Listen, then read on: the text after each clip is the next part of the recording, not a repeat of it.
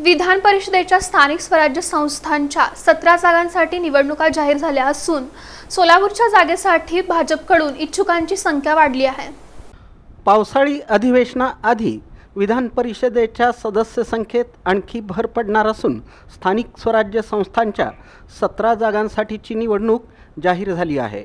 या जागांसाठी 18 जून रोजी मतदान तर 22 जून रोजी मतमोजणी होणार आहे।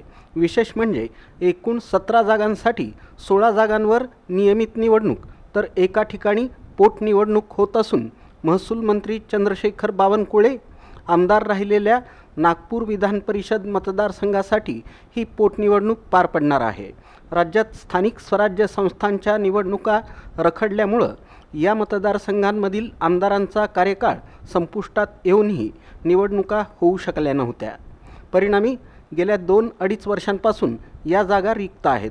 दरम्यान विधान परिषदेच्या एकूण 78 सदस्यांपैकी 22 सदस्य हे स्थानिक स्वराज्य संस्थांद्वारे निवडून दिले जातात आणि नियमानुसार संबंधित मतदारसंघातील एकूण मतदारसंख्येपैकी किमान 75% मतदारसंख्या उपलब्ध असल्यास ही निवडणूक घेता येते। विधान परिषद निवडणुकीच्या वेळापत्रकानुसार 25 मे रोजी निवडणुकीची अधिकृत अधिसूचना जारी केली जाईल, तर उमेदवारांना अर्ज भरण्यासाठी 1 जून ही शेवटची तारीख असेल।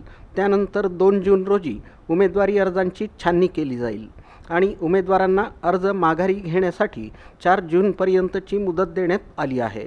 या संपूर्ण प्रक्रियेनंतर 18 जून रोजी सकाळी 8 ते दुपारी 4 या वेळेत मतदान पार पडणार असून अखेर 22 जून रोजी मतमोजणी केली जाईल। आगामी विधान परिषद निवडणुकीच्या पार्श्वभूमीवर राज्यातील सोलापूर, अहिल्यानगर, ठाणे, जळगाव, सांगली, सातारा, रायगड, रत्नागिरी, सिंधुदुर्ग, नाशिक, वर्धा, चंद्रपूर, गडचिरोली, अमरावती, धाराशिव, लातूर, बीड, परभणी, हिंगोली, छत्रपती संभाजीनगर, जालना आणि नागपूर या सर्व स्थानिक स्वराज्य संस्था मतदारसंघांमध्ये ही निवडणूक पार पडू शकते। दरम्यान सोलापूरच्या स्थानिक स्वराज्य संस्था विधान परिषद मतदारसंघात मागील वेळी भाजपचे प्रशांत परिचारक यांनी सदस्य संख्या कमी असतानाही राष्ट्रवादी काँग्रेसचे दीपक साळुंखे यांचा पराभव केला होता। मागील वेळच्या तुलनेत या निवडणुकीत सत्ताधारी भाजपच्या सदस्यांची संख्या वाढली असून इथून भाजपचे उमेदवार सहज निवडून येतील अशी चिन्ह आहेत। त्यामुळं इच्छुकांची संख्या देखील वाढणार आहे।